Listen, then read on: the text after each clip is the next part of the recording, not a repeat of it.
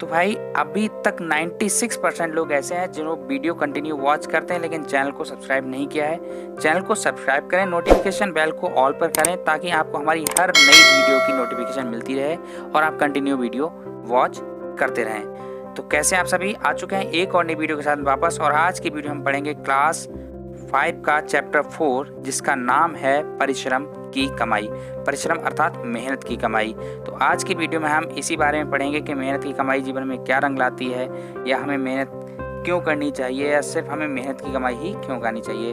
तो अगर आप चैनल पर नए हैं चैनल को सब्सक्राइब करें, वीडियो को लाइक और शेयर करना बिल्कुल ना भूलें क्योंकि हम आपके लिए अच्छी अच्छी कहानियाँ लाते रहते हैं। तो समय को बिना गवाते हुए वीडियो को शुरू करते हैं।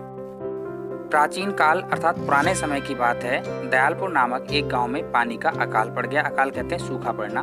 खाने की बात तो दूर रही, पीने के लिए पानी तक के लाले पड़ गए। सूखा पड़ने की वजह से वहां पर कुछ भी नहीं हुआ तो पीने के पानी तक के लाले पड़ गए।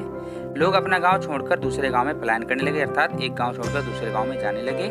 वहां के राजा को इस घटना से बहुत ज्यादा चिंता हुई कि लोग गांव को छोड़ने लगे हैं। राजा ने राज्य के एक प्रसिद्ध महात्मा जी को बुलवाया और सारा हाल बताकर कोई उपाय बताने का अनुरोध किया। उन्होंने जब राजा को चिंता हुई तो उसने महात्मा जी को बुलाया और इस अकाल से बचने के लिए कोई योजना बनाने का, उपाय निकालने का अनुरोध किया, अर्थात विनती की। महात्मा जी ने राजा को समझाया, गांव में एक बड़ा सा तालाब खुदवाया जाए।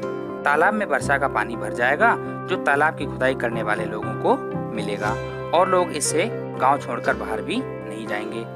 राजा ने महात्मा जी की सलाह को मान लिया और महात्मा जी से एक तालाब खुदवाने के लिए कहा।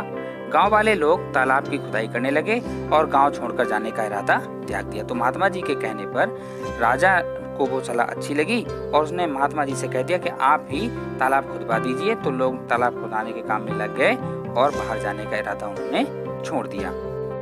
गांव वाले रोज तालाब खोदते और शाम को महात्मा जी से पैसे प्राप्त कर लेते। उसी गांव में दाऊद नामक एक चोर भी रहता था। उस चोर को जब ये बात पता चली तो उसने सोचा कि जरूर राजा ने महात्मा जी को धन अर्थात रुपए पैसे दिए हैं जिससे वह लोगों को मजदूरी बांटता है। चोर रात को धन चुराने के लिए महात्मा जी की कुटिया में पहुंच गया। जब चोर को पता लगा कि महात्मा जी रुपए बांट रहे हैं तो उसने सोचा जरूर राजा साहब ने महात्मा जी को धन दौलत दी है तो इसी वजह से वो लोगों में उनकी मजदूरी बांट देते हैं। तो चोर उन पैसों को चुराने के लिए महात्मा जी की कुटिया में पहुंच गया। चोर ने पूरी कुटिया को अच्छी तरह से छान मारा परंतु उसे कहीं भी धन नहीं मिला। चोर की आहट सुनकर महात्मा जी जाग गए। चोर की आहट अर्थात आवाज सुनकर महात्मा जी जाग गए। उन्होंने चोर से पूछा, तुम धन चुराने आए हो? लो ये झोली और उल्टो। चोर ने झोली उल्टी तो खनखन करके झोली से सिक्के गिरने लगे। झोली सीधी करते ही सिक्के गिरने बंद हो गए। तो जैसे ही महात्मा जी को चोर की आहट सुनाई दी तो उन्होंने चोर को वह झोली दी और कहा, लो ये झोली उल्टो और इसमें से धन जितना चाहो उतना चुरा लो। चोर ने झोली उल्टी तो उसमें से खनखन करके सिक्के गिरने लगे। चोर ने झोली सीधी कर दी तो सिक्के गिरने बंद हो गए। महात्मा जी ने चोर से कहा, ले जाओ जितना धन चाहिए।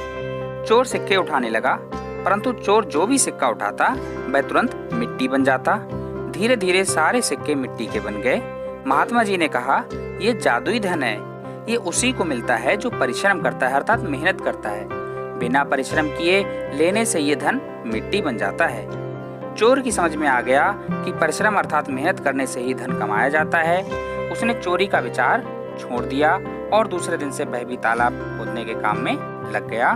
शाम को महात्मा जी ने झोली उल्टी करके सभी लोगों को मजदूरी के सिक्के बांटे।